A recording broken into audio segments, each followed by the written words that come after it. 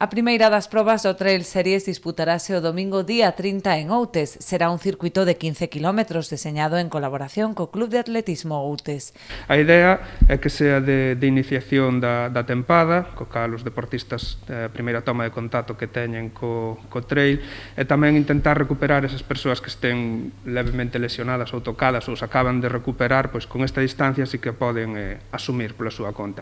E sobre todo o Trail de Tremuzo que cando estamos arriba de todo vese a ría toda, desde Montelouro, Corrubedo, Porto do Son, incluso as montañas pola parte do Concello de Negreira, Noia, e iso é, pois, é unha maravilla. A estas vistas panorámicas de gran beleza hai que engadir outros puntos emblemáticos da parroquia do Freixo, como as ruínas da capela de San Benito ou diferentes elementos patrimoniais que fan deste percorrido non só un reclamo deportivo, senón tamén turístico. Que ademais de aunar a práctica do deporte, que en si mesmo é importante, pois axúdanos a dar a coñecer o noso concello e a beleza do noso territorio.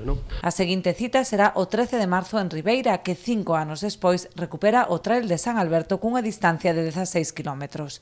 Creemos que despois de 5 anos de unha pandemia, pois é interesante volver a esa ermida de San Alberto, a ese alto dende onde se pode ver pois toda a nosa cidade.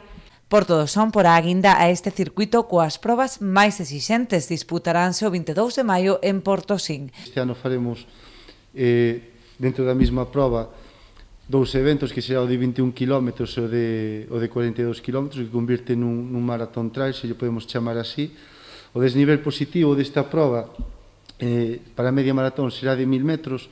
Ademais de aumentar a distancia, nesta edición destaca o incremento da dureza das probas con desniveis máis pronunciados en todos os circuitos. Sí que endurecemos un pouquiño máis todas as probas, porque estábamos barallando desniveis positivos de 600, 700 metros, e agora a máis fácil, por decirlo de algún xeito, viña a ser a de San Alberto e pasa dos 700 metros. E aquí a de Outes, pois 855, e as de Portosín xa falamos 2000 metros e 2000 metros positivos.